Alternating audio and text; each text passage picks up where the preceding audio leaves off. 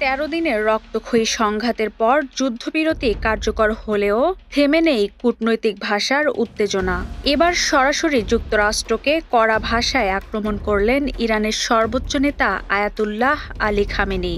তিনি বলেছেন, এই যুদ্ধ থেকে যুক্তরাষ্ট্র কোনো সাফল্য অর্জন করতে পারেনি। ইরান বিজয়ী হয়ে উঠতে পেরেছে এবং আমেরিকার মুখে এক কঠিন থাপ্পড় দিয়েছে। বৃহস্পতিবার সামাজিক যোগাযোগ মাধ্যমের এক পোস্টে তিনি এমন মন্তব্য করেন। আলী খামেনি বলেন, যুক্তরাষ্ট্র সরাসরি যুদ্ধে প্রবেশ করেছে কারণ তারা মনে করেছিল যদি তা না হয় তাহলে ইহুদিবাদী শাসন সম্পূর্ণরূপে ধ্বংস হয়ে যাবে। ১৩ দিনের ভয়াবহ সংঘাত শেষে যুদ্ধবিরতি কার্যকর হলেও আঞ্চলিক উত্তেজনা এখনও কাটেনি। যুদ্ধ শেষে কিভাবে পাল্টে যাচ্ছে রাজনৈতিক হিসাব তা ঘনিষ্ঠভাবে পর্যবেক্ষণ করছে বিশ্ব।